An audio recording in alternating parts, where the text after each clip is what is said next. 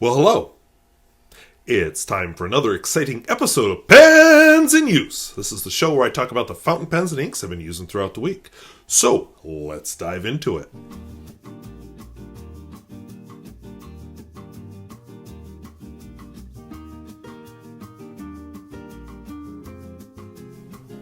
If videos like this interest you, where I talk about fountain pens both new and old and at all price points, I would invite you to subscribe. And hey, gotten into any new hobbies you want to tell us about after a long hiatus? Let us know down in the comments. So let's dive into the pens. Alright, so these are the pens and inks I've been using this week. It's been a little while, but let's go for it. So I have the Benu Talisman.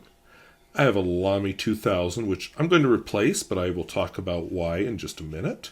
I have a Pilot Custom 823. I have a Lamy 80. I have a... Sorry, drew a blank there. Had to look at my notes. Sailor 1911. I have a Platinum Izumo. I have a Nakaya Decapod Twist and a Nakaya Neo Standard. And as always, I will be writing in this cognitive surplus theory notebook. Alright, so my first pen is this Benu Talisman. As I reported when I was first writing with it, it is sparkly. And one of the strikes for me about Benu has always been how gaudy and sparkly they are. This one was restrained enough to catch my interest. The other thing I liked about it was, unlike a lot of the Benus I've seen, they have a very huge step down here. This one didn't. So I've been enjoying it. I have now refilled it with a different ink. So this is the Benu Talisman. I can't really see what I'm writing. I mean, I can read it. I just can't, see the details. Let me just grab... I thought I brought my glasses over here, but I clearly did not. It's okay. I have a trashy $3 pair at my desk, so we'll just do this. Okay.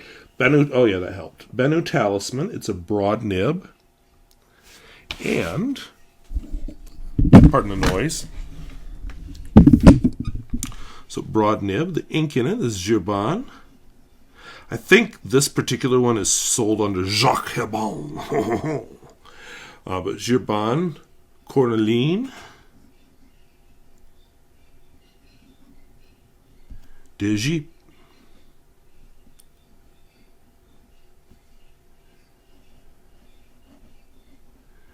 Which is one of their sparkly line of inks. So we'll investigate the sparkles in a minute. I'm not a huge fan of sparkles. There was a brief time I thought, oh, that's kind of cool, and then I started using them and okay, no. Looks cool. Gets to be a pain in the ass after you use it for a couple of days. But neat idea. And what am I going to use with a sparkly pen like this? So let's just take a quick look at the sparkles.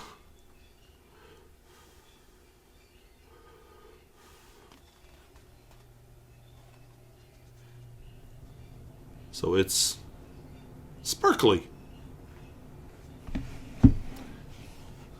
Alright, moving on. So my next pen... So I always, during the holiday break, this pen takes a break. I clean it thoroughly and re-ink it. This is my Lamy 2000. Now, the ink I have been using up, and you'll see in a few minutes why it's basically used up, has been Pelikan Edelstein Onyx. This pen does not have that in it. This pen has Omas Black. And yeah, I know Omas Black is no longer made. So maybe I should be conserving it, because, once I use it up, I'll never get another bottle. But then I think, who cares? And honestly, if I let the ink sit long enough, it'll probably grow like mold or something. So, just going to use it up as my black ink and move on. I'm going to talk a little bit later about collecting. not interested in being a black ink collector or any other kind of ink. Now, one thing that's come up this year, so dirty little secret of the channel, I've used this pen for years. In fact, I broke and bent the nib on this pen and kind of smashed the body one awful first day of school, and had to buy a replacement. And I wanted that replacement so bad, even though it wasn't in the budget. And yeah, it's been awesome. This year, when I write on paper at school, this ink spreads like crazy. It feathers. So school is buying lower quality paper now, and I can't use this pen at school. And I forgot that when I inked it up. So the dirty little secret is this fall, I bought an extra fine. And that's what I've been doing my writing with at school. So after this one runs dry, I'm going to ink up the extra fine and use that. And I'll have to do a video about it. So, yeah, that'll be a video not using Parker Quink washable blue. But, yeah, what a disappointment with the paper. Now, this pen is a Pilot Custom 823. I inked it up. This was going to be my daily writer while, after the Lamy 2000 Extra Fine ran dry. And lo and behold, I reviewed this wonderful what was it called? Anyway, a very hot pink colored cross pen, whatever it was. Oops, that's not Lamy. And that was my daily writer till it ran dry after a couple of fills. Because, yeah, I filled it and filled it and filled it and filled it. Not that this is a bad pen, but at school, I've got to unscrew this. And if I'm writing more than a couple words, I've got to unscrew this. And that cross, I could just write. So, this pen's been sitting. I'm going to show you my 10-year diary I bought. So, I've been writing in that with this and doing my writing at home with this. But this has some of, not all of, because you'll see more of this ink, some of the last dregs of the Pelikan Edelstein Onyx ink that I've been trying to use up. And yes, it's used up. In my live Q&A I did last weekend, I was asked about using up bottles. Progress! Another black ink has been used up. So I'm very excited about that. I'm now using the Omas Black, like I said, and I have a few more. I've got a bottle of Noodler's Heart of Darkness, a bottle of Noodler's, whatever the one is that has Robert Oppenheimer on the bottle. I've got a bottle of Rattler, what's it called? Okay, I've got a bottle of Bookbinder's Red Belly Black, and I'm sure I've got a couple of more black inks. But progress is being made on that front. So this is my Lamy 80. I actually inked it up because I've got a first impression upcoming of a pen that I think is related to this. But this is a fun pen regardless. I mean, look at that. That is some sexy writing. So this pen, the Lamy 80, is a double broad nib. Again, it's a vintage pen. The ink in it is Callifolio. Violet. Is it my favorite violet? No. Is it a good violet? Yes. So part of this whole process of eliminating ink bottles has been, what's the one you actually like and want to keep and want to reuse?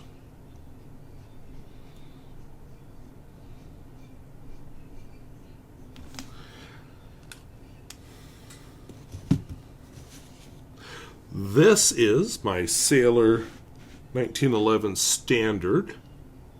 This has a zoom nib on it.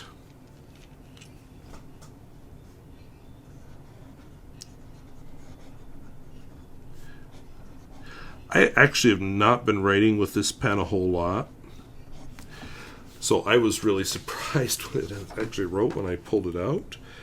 Oh yeah, okay. I couldn't remember what ink was in it. The ink that's in this pen is Noodler's. Black Swan.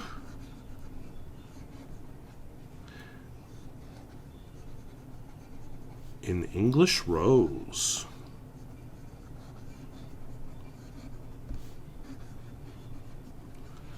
So very fun shading color, and the zoom nib is one of those fun nibs that, you know, the higher the angle, the less broad it is. So it's really easy to get different nib widths out of it. I enjoy this sailor pen. I have owned several sailors. See, there's perfectly vertical. There's really laying down. I've owned several sailors, not very many, but a few. And of them all, this is the only one I really want to keep.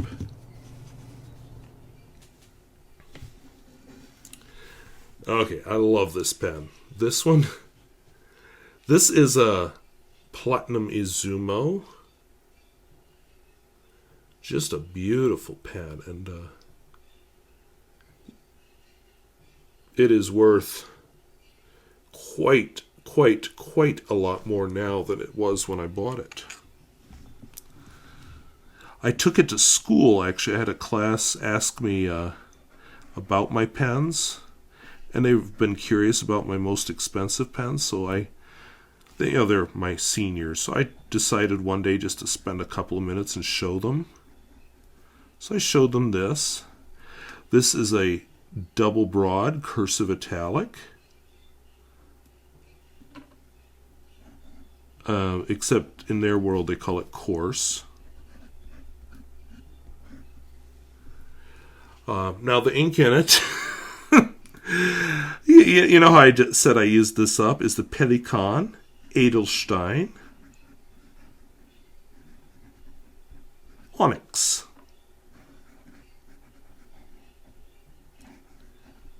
Just, see if you can figure out how I ended up using up that bottle. So, the Pelikan Edelstein Onyx is a very nice black. I wouldn't object to it being my regular black ink.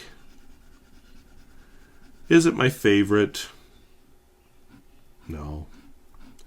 I did a video years ago where I decided that Lamy black was the best.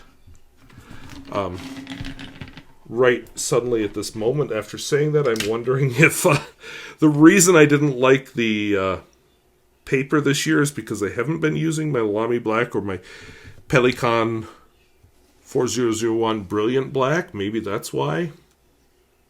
Don't know. Okay. Another one I took to school, my Nakaya Decapod Twist with squirrel.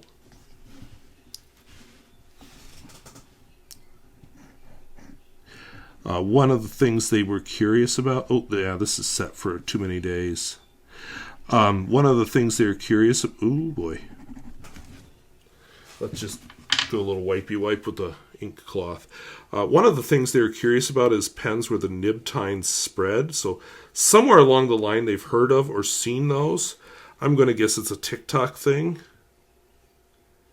So this was sort of that.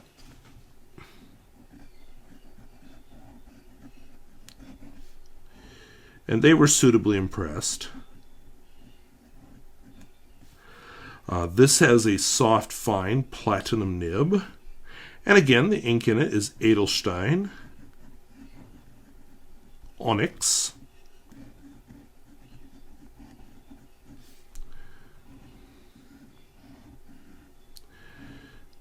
So with my whole diary thing that I'm going to show you here in just a few minutes, this is one of the pens I'll probably use to write in that as various other pens run dry. In fact, I might even switch to this one because this one will run dry sooner than the Pilot Custom 823. Just a lot of fun, no pressure. And finally, the Nakaya Neo Standard. This was actually the first Nakaya I fell in love with, but the third one I ever bought. So this one also has a soft fine nib, but nibs.com, where I bought it from, has turned it to a flex edition. Oops. Should have had me write with them all before I actually started recording. I think you can tell which pens I've been favoring the past couple of weeks. They were very impressed by this one.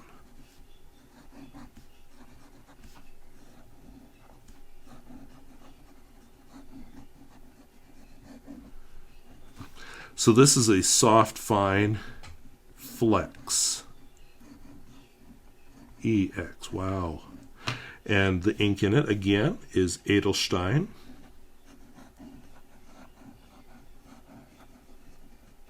Onyx.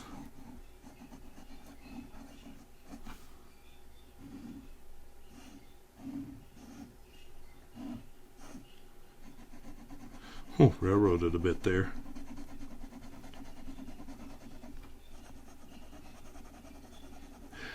This is definitely not a daily writer pen. This is a fun pen.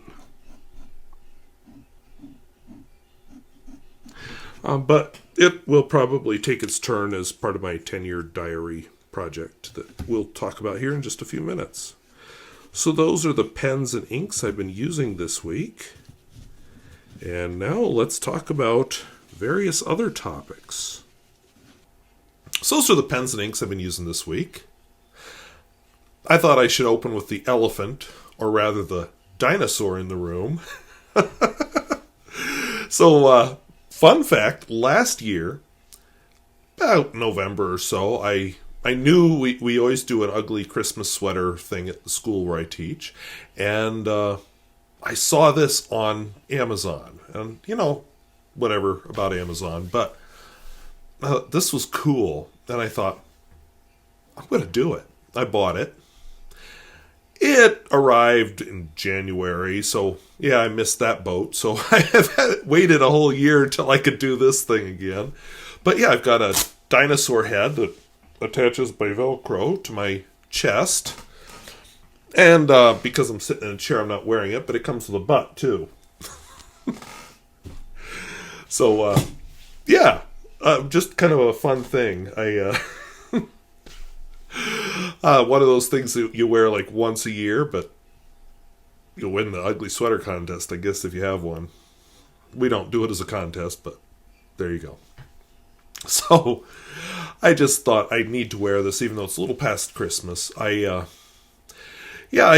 been struggling a little getting videos out, but I think I'm back on a more regular schedule now, and January is looking very friendly to my schedule, so yeah, I think we get more videos out, and we'll put this guy to bed for another year. So in other excitement, I did a live stream this past weekend, December 31st. And one of the things I talked about in that live stream is I talked about a Midori 10-year diary that I purchased. Now, I was going to give you a look at it, but then I realized that, oh yeah, anything I'm writing in it is, since it's a diary, by nature personal, so not going to do that, but it does turn out it has very nice, high-quality fountain pen-friendly paper. There is an entry on each set of two sheets, or 2 pages, facing pages. You have all 10 years, so we're starting 2004, so I'll be finishing this up in 2034. And at the beginning of the diary, there are 10 shots for, previewing the year to come. And then at the end of it, there are 10 spots for reviewing the year that just passed. So I don't think this year I'm going to have much fun doing it. It's just going to be one of those, I'm going to write the whole dang diary entry. I've actually been writing them so far the day after, the morning the day after, when I do, my general planning and such for the day to come. And, it's short, so you don't have a lot of space for deep analysis of my thoughts and feelings. But I think it'll be interesting just to, I put in my highlights just to look at it 10 years from now. And see different landmarks that passed. And 10 years from now, I'll be 2 years away from when I can retire. Will I? Who knows? Ask me 10 years from now, but I'll be in a different place in my life. So anyway, an interesting product. So I put a link to it down below in the video description. This color is sold out, but there are still 2 of the blue ones left. And I'm sure, excuse me, if the blue sells out, if you can wait a little bit, you can pick up, they'll restock. Anyway, interesting product, and after I've been doing it 10 years, it ought to be an interesting document. Probably won't want anybody to read it, but, who wants anybody to read their diary? So in other excitement, this year I shared a bit of typewriter stuff. I shared a review of somebody else's typewriter. I shared a Why Write on Typewriters, and I don't remember when I did it, but I shared a video about my own Smith Corona Silent Super, and there is a world of typewriter collectors out there, and to be honest, it is cheaper. It can be cheaper than collecting some fountain pens. I enjoy the aspect that there is also the mechanical work. So the problem with a typewriter is, in the space where I could have maybe 100 fountain pens, I can have a typewriter. So when you live in a house that's 672 square feet, that's one of those things you think about when you collect. I currently own 3.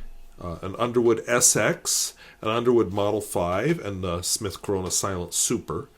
The Underwood Model 5 dates from 1910, and I am currently working on bringing it into working condition. I need to fix the margins, especially the right margin, I think. And I took the carriage off over the holiday break and did a lot of cleaning inside just with a dry toothbrush to start with. And wow, it looked like somebody had it in their wood shop for a while because it looked like it was full of sawdust. So took a lot of dust out of it. I'm going to go after some gummy bits and pieces of it with maybe a little bit of denatured alcohol or lacquer thinner or something. But I'm got to be careful because it's winter and my house is heated by a gas forced hot air stove, and my hot water is heated by gas.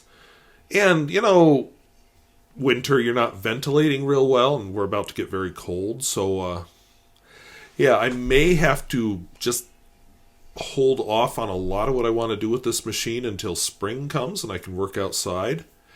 But, I'm kind of excited about the whole project. So, I have not been documenting it on video. I want to do this one for me.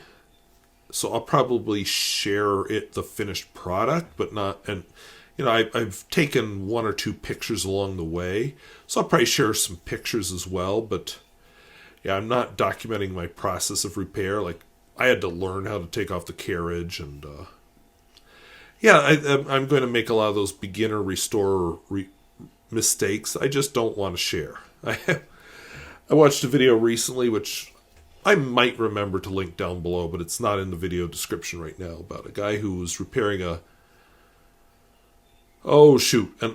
the modern version of the 2 Underwoods I own, the 1960s version. And pretty much the whole video, you're just thinking, get to the point, get to the point, get to the point. It's a lot of him bumbling around trying to fit a certain part in, and, an hour of it, and I don't want to do that kind of video. So anyway, so Typewriter Collectors, I actually put some links down below to, let me just make sure I get the names right. I put a link to a documentary, very interesting documentary called California Typewriter. That's all about people who collect typewriters. I put a link to Adventure Denali. She's part of the fountain pen community. Story of her typewriters, and she's always very engaging. Another YouTube channel I follow is Just My Typewriter, and she does a video on how she ended up with 17 typewriters. I doubt I will ever end up with 17 typewriters, but one thing that did happen is over the break, not necessarily typewriter related, just more lifestyle related, as I went through my basement and did a lot of cleaning out. And I put in 2 shelves in the spaces I cleaned out. I had pretty much junk in those spaces. The shelves, who knows what'll go on them, but maybe there's room for a few typewriters there. Who knows? I wouldn't mind owning a Hermes 3000, and I would really love to own a Royal KMG. Might be interesting to own a couple others, but I don't want to own too many. I just, it might be fun as a hobby if I got into repairing them, repair it and then sell it on, but it's not a moneymaker, and a typewriter is a bugger to transport, through the mail. So, one of those things I'll just have to think about. I also put a link about Tom Hanks, the actor, who's apparently a typewriter collector, and he's just making typewriters cool again. I put a link to Joe Van Cleve. He talked about the 2023 Phoenix Type-In, where people in wherever were invited to come to Phoenix to a bar and share their typewriters. And Joe Van Cleve actually has a number of videos on typewriters. And finally, I put a link to a YouTube channel called Phoenix Typewriter, and I just picked one, but he talks about repairing a Royal typewriter. He has a lot of videos on typewriter repair. So, if I get into it as a hobby, that might be a channel I'll refer to more often.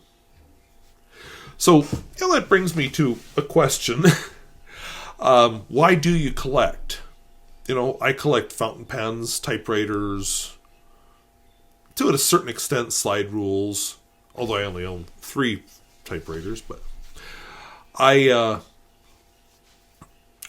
collect these things? And the reasons vary. Some people it's sentimental, I just loved the typewriters I grew up with, or fountain pens are just works of art, or I love precious moments, or whatever it is. It doesn't matter really. I read one article, which I wish I could find the link right now, because I was going to put it in the video description. I couldn't find it. But, this woman talked about growing up, and her parents just bought a lot of antiques, and they thought, someday we'll be able to sell this if we ever need money. And she was glad that her father died without ever needing the money. And one of the things she remembers about growing up is, they'd have this antique furniture, but, the parents were just like, don't put the water glass on that, you'll leave a water ring, and just always panicked and worried about the furniture.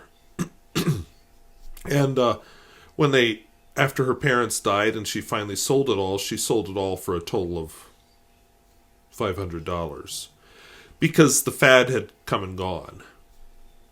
So I think for me, why would you collect should not be for the idea of investment. I remember a time when Beanie Babies were a popular investment, popular collection item, but how much can you sell those Beanie Babies for now, really? Some of you might remember the show on PBS. Oh, who knows? Maybe it's still on PBS. But there used to be a show called Antiques Roadshow. And they would just travel to different places. These antiques appraisers would travel to different places. And people would bring in these items they found in their houses. And what's it worth? And sometimes you'd always have a few that are, whoa, that's worth that much money. And others you're just like, yeah, those are so common, nobody cares. Might be how I ended up with a 1910 Underwood Model 5 for $40. But anyway, I don't know that financial gain is necessarily a reason. It's a gamble. You're counting on the economy. You're counting on the interest continuing. You're counting on a lot of factors. I could sell one or two of my pens and make several $100s. Just being honest, I could. None of the ones I could do that with are ones I've restored. The ones I've restored, I don't collect the ones that are worth a lot of money, so I'm not going to get a lot of money restoring them. But, these one or two are newer pens that I bought, and their value just really, really appreciated. Am I going to do that? No, because that's not my interest. I buy pens that I want to enjoy writing with. If I were to get into typewriters more seriously, it would be typewriters I enjoy typing with. My slide rules...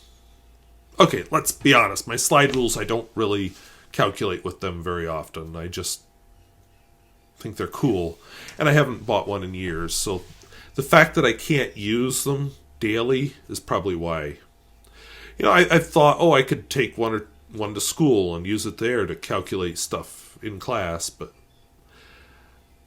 it's going to be more of a distraction than anything, so I don't. But why collect? Whatever need in your soul it fills, whether it's the idea to own all of the colors of a Kaweco Sport that were ever made, or whether it's the emotional tug of the sound of a mechanical typewriter, or I just think those Precious Moments sculptures are so doggone cute. Or, maybe you're Jay Leno and you like collecting cars. I don't have the money to do that. I like my 2000, literally, year 2000 Toyota Camry. So, but I wish Pel Haley, it was a YouTube channel, had left his videos up even after he quit making them, because he had a really good video essay on why collecting, and delved into it much more deeply than I'll be able to. And I put another topic on here about collecting and using. So when I collect stuff, like my fountain pens, there's one or two that are just so fragile, I'm like, I don't know. But mostly it's the idea that I am going to use them. Not daily. I own too many fountain pens to use them all daily. But every one of them has been used and filled multiple times. The ones that get one fill for my first impressions videos are the ones I said, okay, yeah, that was my experience, or ew. But most of them have gotten multiple fills. And my idea behind a fountain pen or a typewriter or what a slide rule is, it needs to be in working order and I can actually use it. Excuse me. Maybe it's because my house is small, but I don't want to collect things just to display them, except maybe art. I've got some photographs and, I've got cross-stitch and a couple paintings and things on my wall. But then again, they're on my wall and they're not taking up living space. I mean, if they weren't on the wall, there would be wall there and nothing else. But aside from that, yeah, I don't collect things just to have them and to look at them, because I don't have room. I have, over there, where you can't see, I have a little squirrel-shaped basket.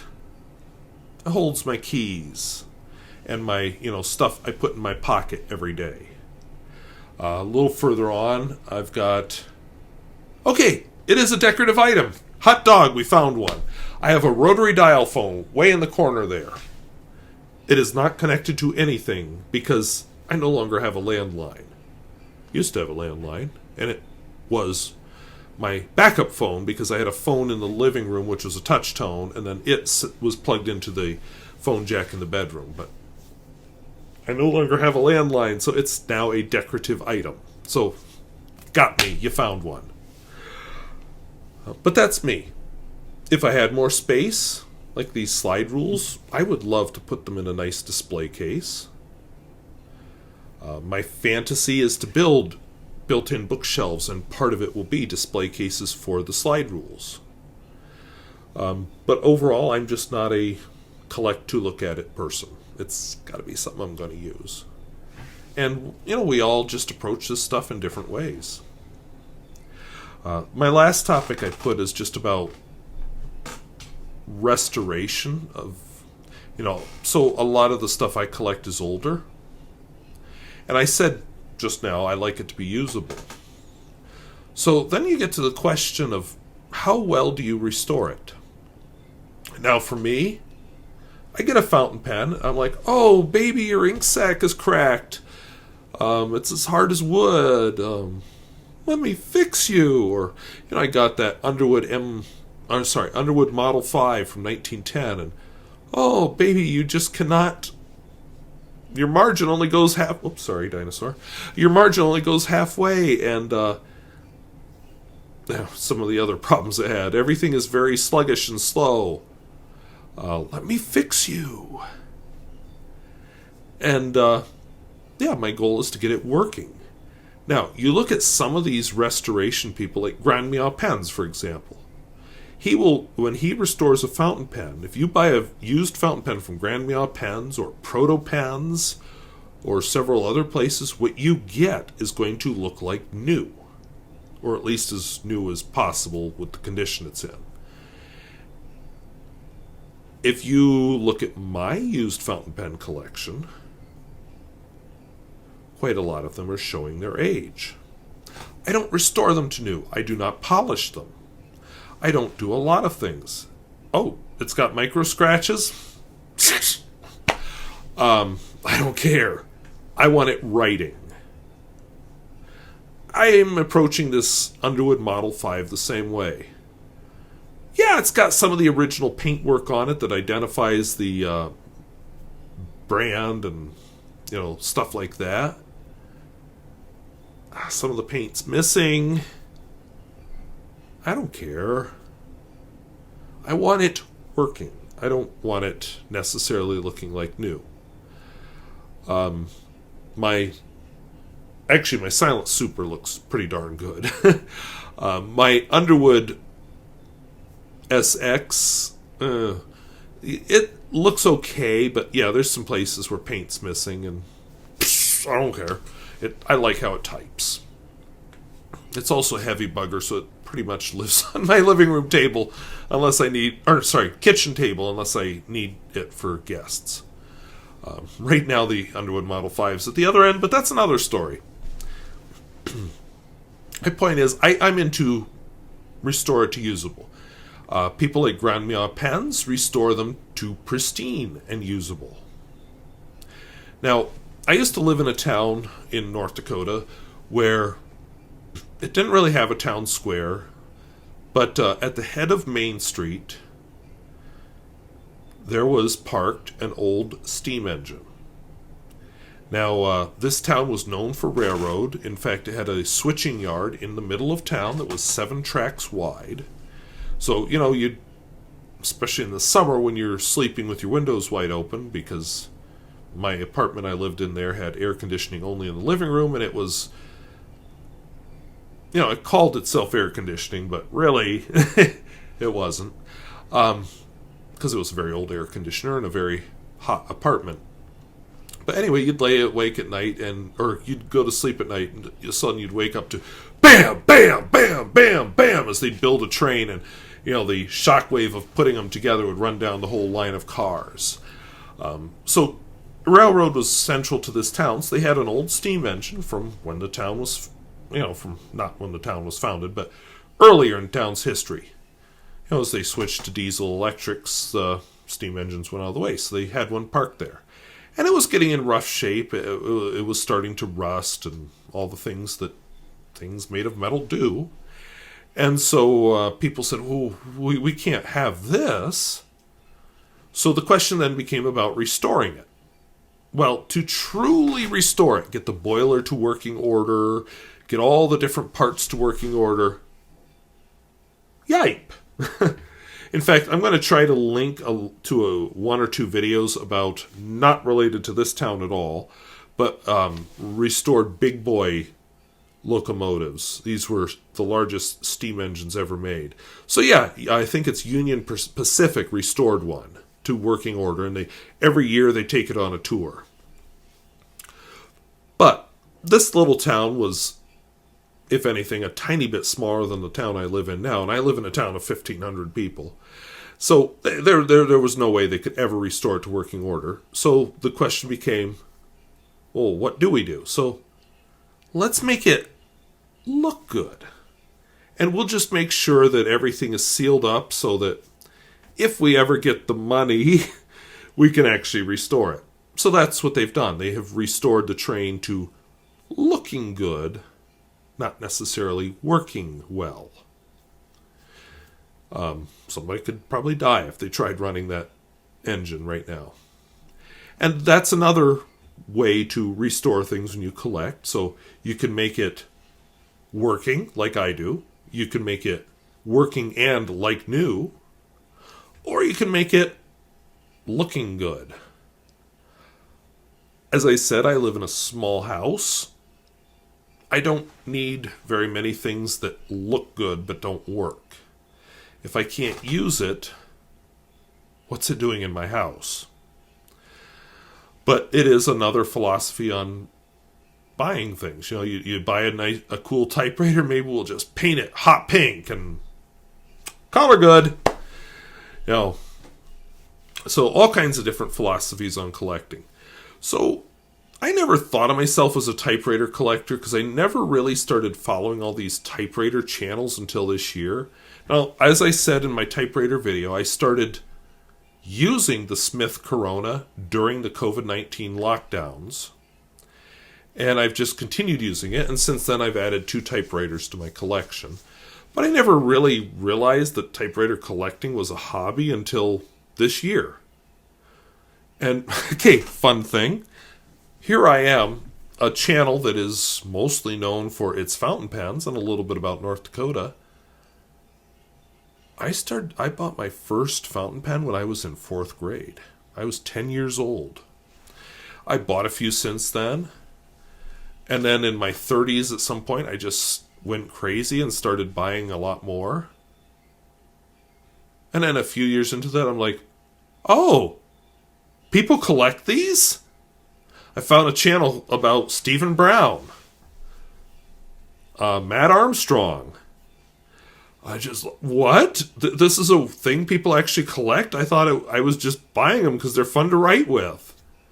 And the whole world opened to me, and next thing you knew, I turned my very haphazard YouTube channel about occasional travels into a fountain pen channel. So, yeah, it opened a world to me, and who knows, maybe it's going to be maybe I'm going to add typewriters into the mix. Probably not, because I have a small house, but, you know, there might be the occasional typewriter.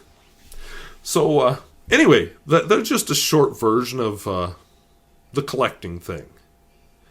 And I want to close by thanking you for watching. And if videos like this interest you, where I talk about fountain pens both new and old, and at all price points, I would invite you to subscribe. And hey, are you like me, where you've discovered that you accidentally discovered you're a collector? You're like, oh, I was just buying things I liked. I didn't know that collecting this was a thing. Are you like that? Let us know down in the comments, and let us know what it is. And maybe what kind of, if you do restoration work, are you like me, where I just want it working? I want it working and looking like new? Are you I just want it to look good? Let us know down in the comments. So, I want to thank you for watching, and I'm going to close out with a little bit of video where I just drive up a hopefully sparkly gravel road. There's a lot of hoarfrost in this video. HOAR for all you perverts. So, thank you for watching. Talk to you later. Bye-bye.